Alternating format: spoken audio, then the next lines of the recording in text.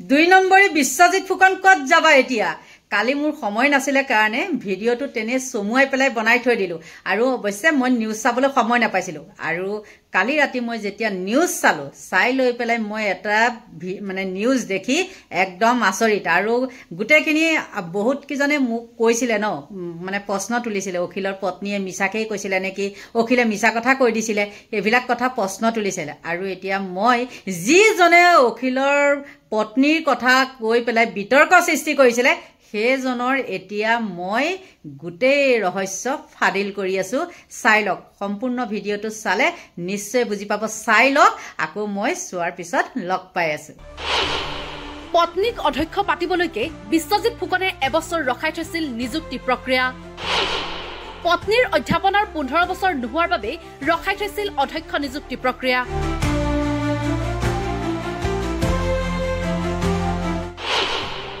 ইউজিচিৰ পৰা 3খন জাননীকো কৰিছিল গুৰুত্বহীন সহযোগী অধ্যাপক পদৰ বাবেও অতি ক্ষিপ্ৰতাৰে পদোন্নতি পাইছিল বিধায়কৰ পত্নীয়ে সৰুপথাৰৰ বিধায়কৰ বিৰুদ্ধে গুৰুতৰ অভিযোগ নীতি নিষ্ঠতাৰ কথা কোৱা বিশ্বজিৎ ফুকনে পত্নীৰ অধ্যক্ষ নিযুক্তিৰ তদন্ত বিচাৰিবনে আৰম্ভণিতেও এনেকৈ কৰিছিল এটা ফেচবুক পোষ্টেৰে শনিবাৰৰ পোষ্টটো আছিল এয়া মই যিমান দূৰ জানো গীতাশ্ৰী বাইদেৱে উচ্চতৰ মাধ্যমিক পৰীক্ষাত দ্বিতীয় বিভাগতহে উত্তীৰ্ণ হৈছিল উচ্চতৰ মাধ্যমিকৰ নম্বৰ কলেজ শিক্ষকৰ সাক্ষাৎকাৰত গুৰুত্বপূৰ্ণ 2011 চনত বি বৰুৱাত সাক্ষাৎকাৰ দিয়াৰ সময়ত তেখেতে পিএইচডিও সম্পূৰ্ণ কৰা নাছিল সাক্ষাৎকাৰত পিএইচডিৰ নম্বৰ থাকে তেখেত মোৰ জ্যেষ্ঠ ভগ্নীৰ সহপাঠী আছিল অত্যন্ত অধ্যয়নশীল কিন্তু অখিল গগৈ ডাঙৰীয়াই কোৱাৰ দৰে তেখেত ডিব্ৰুগড় বিশ্ববিদ্যালয়ৰ গোল্ড মেডেলিষ্ট নাছিল ডিব্ৰুগড় বিশ্ববিদ্যালয়ৰ গোল্ড মেডেলিষ্ট দিয়া নিয়ম 2023 চনতহে আৰম্ভ হৈছে 2021 বৰ্ষত উত্তীৰ্ণ হোৱাসকলক 2023 চনৰ সমাৱৰ্তনত এই সন্মান প্ৰদান কৰা হৈছিল তাৰ পাছত সাংবাদিকৰ আগতো অনুৰূপ মন্তব্য প্ৰকাশ কৰিছিল সৰুপথাৰ বিধানসভা সমষ্টিৰ বিজেপিৰ বিধায়ক বিশ্বজিৎ ফুকনে মই ঠিক গীতাশ্ৰী বাইদেউৰ বিৰুদ্ধে অভিযোগ আনিছো বুলি নহয় তেখেতৰ সম্পৰ্কত দুটামান সঁচা কথা মই সামাজিক মাধ্যমত কৈছো কাৰণ যোৱা কালিৰ পৰা দেখিছো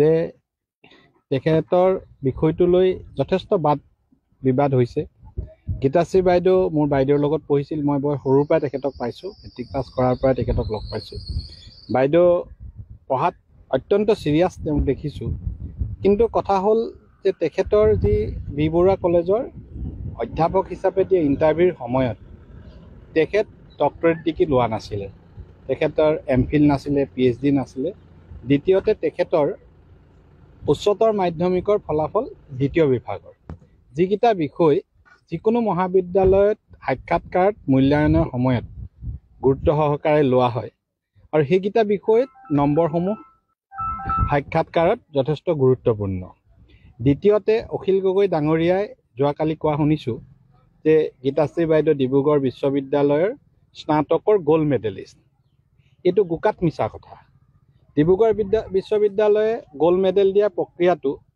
2021 চনৰ ভিত্তি বৰ্ষৰ পৰা আৰম্ভ কৰিছে আৰু 23 চনৰ কনভোকেশনত প্ৰথমবাৰৰ কাৰণে দিছে আৰু এতিয়া বিজেপি বিধায়কগৰাকীয়ে পত্নীয়ে গোলাঘাটৰ সৰুপথাৰ মহাবিদ্যালয়ত কেনেকৈ অধ্যক্ষ নিযুক্তি পাইছিল সেই সন্দৰ্ভত উত্থাপন হৈছে গুৰুতৰ অভিযোগ প্ৰথমে ফেচবুকত এটা পোষ্টেৰে অভিযোগ উত্থাপন কৰে ৰাইজৰ দলৰ ভাতৃ সংগঠন জাতীয় যুৱ বাহিনীৰ সভাপতি লক্ষ্যজ্যোতি গগৈয়ে বিশ্বজিৎ ফুকন ডাঙৰীয়া আপোনাৰ পত্নী ডক্টৰ প্ৰাপ্তি ঠাকুৰে সৰুপথাৰ মহাবিদ্যালয়ৰ অধ্যক্ষ নিৰ্বাচন কৰাৰ বিষয়টোৰ ওপৰত সকলোৰে সন্দেহ আছে অভিযোগ অনুসৰি আপোনাৰ পত্নীৰ চাকৰিকাল 15 বছৰ নোহোৱাৰ বাবে জ্যেষ্ঠ শিক্ষক থকাৰ পাছতো ইউজিচিৰ নিৰ্দেশনা 3বাৰ অহাৰ পাছতো 1 বছৰ স্থায়ী অধ্যক্ষ নিযুক্তি নিদিয়াকৈ ভাৰপ্ৰাপ্ত অধ্যক্ষৰ দ্বাৰা মহাবিদ্যালয় পৰিচালনা কৰিছিল সেই সময়ছোৱাত আপুনিয়ে মহাবিদ্যালয়খনৰ গভৰ্ণিং বডিৰ বিশেষ আমন্ত্ৰিত সদস্য আছিল আপোনাৰ সাহস আছে যদি অখিল গগৈৰ দৰে এই অভিযোগৰ তদন্ত কৰিবলৈ চিঠি দিয়কচোন ইয়াৰ পাছত এটা ভিডিঅ' বাৰ্তা যোগে একেই প্ৰসংগ উত্থাপন কৰে লক্ষ্যজ্যোতি গগৈয়ে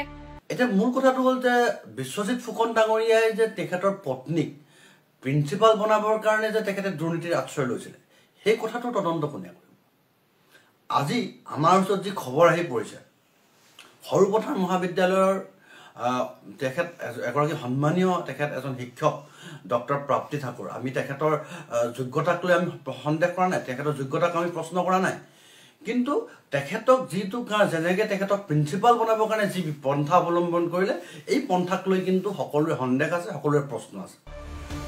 জাতীয় যুৱ বাহিনীৰ সভাপতিগৰাকীয়ে বিধায়ক বিশ্বজিৎ ফুকনে পত্নীক সৰুপথাৰ মহাবিদ্যালয়ৰ অধ্যক্ষ পাতিবলৈ কি পন্থা হাতত ল'লে সেই সন্দৰ্ভতো অভিযোগ উত্থাপন কৰে। পত্নীক অধ্যক্ষ পাতিবলৈকে এগৰাকী অধ্যাপিকাক এবছৰে ভাৰপ্ৰাপ্ত অধ্যক্ষৰ আসনত বহুৱাৰো অভিযোগ লক্ষ্যজ্যোতি গগৈৰ। সৰুপথাৰ মহাবিদ্যালয়ৰ অধ্যক্ষ ডক্টৰ হিতেশ্বৰ বৰা তেখেত ৰিটায়াৰ হৈছিল 30/6/2021 তাৰিখে। 30/6/2021 তাৰিখে তেখেত ৰিটায়াৰ হোৱাৰ পাছতে সেই স্থানত এগৰাকী নতুনকৈ অধ্যক্ষ আচলতে দায়িত্ব দিব লাগিছিল, পাৰ্মানেণ্ট অধ্যক্ষ দিব লাগিছিল। কিন্তু যিহেতু তেখেতৰ পৰিবাৰ ডক্টৰ প্ৰাপ্তি ঠাকুৰ তেখেতৰ 15 বছৰ হোৱা নাছিল আৰু প্ৰিন্সিপাল হ'বৰ কাৰণে 15 বছৰ হ'ব লাগে, 15 বছৰ চাকৰি হ'ব লাগে। তেখেত যোগদান কৰিছিল 2007 চনত। গতিকে আৰু এবছৰ সময় তেখেতক দৰকাৰ আছিল। গতিকে সেই এবছৰ সময়টো তেখেতে কি কৰিলে, মণিপ্ৰভা বৰা নামৰ এগৰাকী শিক্ষয়িত্ৰীক তেখেতে 1/7/2021 পৰা 31/8/2022 প্ৰিন্সিপাল বনাই ৰাখিলে, ইনচাৰ্জ প্ৰিন্সিপাল। অকল ইমানেই নহয়, পত্নীক অধ্যক্ষ পাতিবলৈকে এবছৰ নাপাতিলে সাক্ষাৎকাৰ। ইউজিচিৰ পৰা অহা 3খন জাননীও গুৰুত্বহীন কৰি থোৱা হ'ল। কাৰণ বিশ্বজিৎ ফুকনে সেই সময়ত সৰুপথাৰ মহাবিদ্যালয়ৰ পৰিচালনা সমিতিৰ আমন্ত্ৰিত বিশেষ অতিথি হিচাপে কাৰ্যনিৰ্বাহ কৰিছিল। পৰিচালনা সমিতিৰ সভাপতিৰ পুত্ৰদ্বয়ক এগৰাকীক গাঁওবুঢ়া নিযুক্তি আৰু এগৰাকীক ব্যৱসায়িকভাৱে সংস্থাপিত কৰাৰো অভিযোগ জাতীয় যুৱ বাহিনীৰ সভাপতিগৰাকীৰ। গতিকে একমাত্ৰ এতিয়া অভিযোগ কৰি উঠিছে, ৰাইজে অভিযোগ কৰিছে, তাৰ স্থানীয় মানুহে অভিযোগ কৰিছে যে একমাত্ৰ তেখেতৰ পত্নী ডক্টৰ প্ৰাপ্তি ঠাকুৰ ডাঙৰীয়ানীক প্ৰিন্সিপাল বনাবৰ কাৰণে এবছৰ সময় তেখেতে এই সৰুপথাৰ কলেজৰ আচলতে অধ্যক্ষৰ যিটো ইণ্টাৰভিউ পাতিব লাগিছিল এই ইণ্টাৰভিউটো পাতাটো নহ'ল, এইটো ৰখাই থ'লে। সেই অধ্যক্ষৰ কাৰণে যে ইণ্টাৰভিউ নপতাকৈ যে থৈ দিল প্ৰায় এবছৰ 2 মাহ সময়, তাৰ কাৰণে কিন্তু ইউজিচিৰ পৰা 3খনকৈ নটিচ আহিছিল আৰু সেই 3খনকৈ নটিচকো তেওঁলোকে অৱজ্ঞা কৰি আচলতে ৰাখি থ'লে। আৰু ৰাখি থোৱাৰ একমাত্ৰ উদ্দেশ্যই আছিল, তাৰ মানুহে ৰাইজে যিটো সন্দেহ কৰিছে যে ডক্টৰ প্ৰাপ্তি ঠাকুৰ ডাঙৰীয়ানীক প্ৰিন্সিপাল বনাব লাগে, সেইকাৰণেই তেখেতে এবছৰ 2 মাহ দিন ধৰি এই গোটেই যিটো প্ৰক্ৰিয়া, অধ্যক্ষৰ যিটো বাছনি প্ৰক্ৰিয়া, এইটো ৰখাই থৈ দিলে। আৰু সেই সময়ত যিজন তাৰে গভৰ্ণিং বডিৰ প্ৰেচিডেণ্ট আছিল, এতিয়াও বৰ্তমান শইকীয়া ডাঙৰীয়া আছে। আৰু আমি যি অভিযোগ পাইছোঁ, শইকীয়া ডাঙৰীয়াৰ যি 2জন পুত্ৰ, এজনক ব্যৱসায়িকভাৱে সংস্থাপিত কৰিছে আমাৰ বিধায়ক ডাঙৰীয়াই, এজনক গাঁওবুঢ়াৰ পদ দিছে বুলি আমি খবৰ পাইছোঁ আৰু তেখেতৰ ঘনিষ্ঠ বুলি আমি খবৰ পাওঁ। যিজন গভৰ্ণিং বডিৰ প্ৰেচিডেণ্ট তেখেতৰ একেবাৰে ঘনিষ্ঠ। আৰু বিশ্বজিৎ ফুকন ডাঙৰীয়া নিজেও সেই কলেজখনৰ মানে আমন্ত্ৰিত বিশেষ অতিথি হিচাপে তেখেতে আছে। অধ্যক্ষ বাছনি প্ৰক্ৰিয়া এবছৰ পলম কৰাৰ বাবে তদন্ত দাবী কৰি লক্ষ্যজ্যোতি গগৈৰ বিশ্বজিৎ ফুকনলৈ প্ৰত্যাহ্বান। যদি সৎ সাহস আছে তেন্তে পত্নীৰ অধ্যক্ষ নিযুক্তি সন্দৰ্ভত মুখ্যমন্ত্ৰীক তদন্ত কৰিবলৈ দাবী জনাওক। গতিকে এই যিটো প্ৰক্ৰিয়া, অধ্যক্ষ বাছনিৰ কাৰণে যিটো ডিলে কৰাৰ যিটো প্ৰক্ৰিয়া, যিধৰণে গোটেই প্ৰক্ৰিয়াটো ডিলে কৰি দিয়া হ'ল, এবছৰ 2 মাহ যিটো ৰখাই দিয়া হ'ল, তাৰ ওপৰত কিন্তু তদন্ত বিচাৰি আমি দাবী উত্থাপন কৰিছোঁ। আমি আশা কৰিম যে বিশ্বজিৎ ফুকন ডাঙৰীয়াৰ ওপৰত আমি অভিযোগ আনিছোঁ, তেখেতৰ যদি সাহস আছে, আজি অখিল গগৈ ডাঙৰীয়া যেনেকৈ চিঠি লিখি কৈছে যে মোৰ পত্নীৰ চাকৰিটোৰ ওপৰত যদি কিবা কেলেংকাৰী হৈছে, নিযুক্তিৰ সময়ত যদি কেলেংকাৰী হৈছিল, তেনেহ'লে তদন্ত কৰক। আৰু আমি অভিযোগ উঠাইছোঁ আমাৰ সন্মানীয় সৰুপথাৰৰ বিধায়ক ফুকন ডাঙৰীয়াৰ ওপৰত। গতিকে তেখেতৰো যদি সৎ সাহস আছে, তেখেতে এই তদন্তটো কৰিবলৈ তেখেতে মুখ্যমন্ত্ৰী ডাঙৰীয়াক তেখেতে লিখিত আহ্বান জনাওক। কিন্তু প্ৰশ্ন উত্থাপন হয়, সৰুপথাৰৰ বিধায়কগৰাকীয়ে পত্নীৰ অধ্যক্ষ নিযুক্তি সন্দৰ্ভত মুখ্যমন্ত্ৰীক তদন্ত কৰিবলৈ দাবী জনাব পাৰিবনে? তেওঁৰ সেই সাহস আছেনে? আনহাতে পত্নীৰ অধ্যক্ষ নিযুক্তিৰ সন্দৰ্ভত এনে গুৰুতৰ অভিযোগ উত্থাপন হোৱাৰ সময়তে বিধায়ক বিশ্বজিৎ ফুকনে দেওবাৰে এটা ফেচবুক পোষ্টত লিখিছে, অযথা বিতৰ্ক সৃষ্টি কৰা সকলক বিনম্ৰভাৱে জনাওঁ, মই সৰুপথাৰ মহাবিদ্যালয়ৰ পৰিচালনা সমিতিৰ সভাপতি কেতিয়াও নাছিলো। ইয়াৰ পাছতেই জাতীয় যুৱ বাহিনীৰ সভাপতি লক্ষ্যজ্যোতি গগৈয়ে ফেচবুক পোষ্টযোগে বিধায়ক বিশ্বজিৎ ফুকনৰ পত্নীয়ে সহকাৰী অধ্যাপিকাৰ পৰা কেনেকৈ অতি ক্ষিপ্ৰতাৰে সহযোগী অধ্যাপিকালৈ পদোন্নতি পাইছিল সেই সন্দৰ্ভতো আন এক গুৰুতৰ অভিযোগ উত্থাপন কৰিছে। অধ্যক্ষ পদৰ ইণ্টাৰভিউত বহিবলৈ এছ'চিয়েট প্ৰফেচৰ হ'ব লাগে। এছিষ্টেণ্ট প্ৰফেচৰৰ পৰা এছ'চিয়েট প্ৰফেচৰলৈ প্ৰমোশ্যন বিচাৰি আবেদন কৰাৰ পিছত ডিৰেক্টৰেট অফ হায়াৰ এডুকেশ্যন অফিচত কিমান বছৰৰ পিছত বছৰ সময় লাগে সকলোবোৰ অভিজ্ঞতা থকা মানুহে ভালকৈ জানে। বিশ্বজিৎ ফুকন ডাঙৰীয়াৰ পত্নী প্ৰাপ্তি ঠাকুৰ ডাঙৰীয়ালে এছ'চিয়েট প্ৰফেচৰৰ বাবে উচ্চ শিক্ষা সঞ্চালকালয়ত আবেদন কৰাৰ সময়ত আৰু তাৰো আগতে প্ৰায় 100ৰো অধিক শিক্ষকে এছ'চিয়েট প্ৰফেচৰলৈ প্ৰমোশ্যন বিচাৰি আবেদন কৰিছিল। কিন্তু সকলোৰে আবেদন তল পেলাই আপোনাৰ পত্নীৰ প্ৰমোশ্যন ৰকেট গতিত হ'ল, যাতে তেখেতে অধ্যক্ষৰ পদৰ বাবে আবেদন কৰিব পাৰে। বিশ্বজিৎ ফুকন ডাঙৰীয়া, আপোনাৰ ৰাজনৈতিক প্ৰভাৱ নাথাকিলে ইমান সোনকালে আপোনাৰ পত্নীৰ প্ৰমোশ্যন হ'লহেঁতেন নে?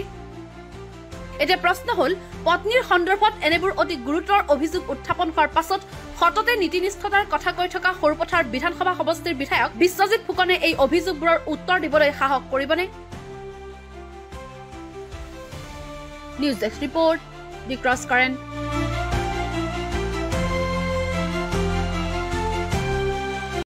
নিশ্চয় ভিডিঅ'টো দেখিলে নহয়নে? দেখি পেলাই তেওঁ গোটেইখিনি কাহিনী গম পালেনে? তেওঁ কিমান নিকা? গতিকে মই এটা কথা আছে নহয়, চোৰেহে চোৰৰ ঠেং দেখে। গতিকে এওঁ যে চোৰ, সেইকাৰণে তেওঁ মানে একদম বনাই দিলে আৰু ভাবিলে কি মই এইটো কথা কৈ পেলাই মামাৰ মানে সোঁহাত হ'ব পাৰিম নেকি। গতিকে তোমাৰ লাড্ডু লাড্ডু লাড্ডু দিল ঢাক্কা লাড্ডু দিল দিক্কা লাড্ডু। গতিকে সকলোকে ভগৱানে ভালে কুশলে ৰাখক। আজিলৈ সামৰিছোঁ। Bye bye.